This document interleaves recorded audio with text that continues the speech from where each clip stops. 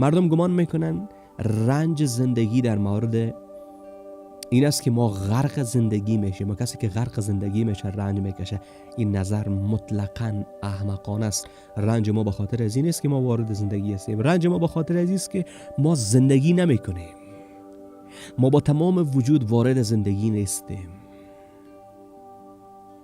در بدن زندگی نیستیم، در متن زندگی نیستیم. ما در مورد زندگی چرت میزنیم. ما در مورد زندگی فکر میکنیم.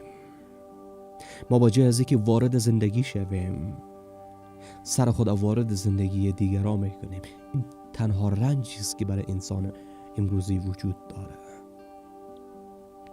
انسان‌های قدیم به دلایل زیادی با زندگی نزدیکتر بودند. از راه طبیعت به زندگی نزدیک بودند. از راه زراعت به زندگی نزدیک بودند.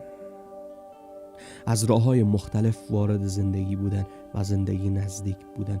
ولی انسان امروزی فقط در مورد زندگی چرت میزنه.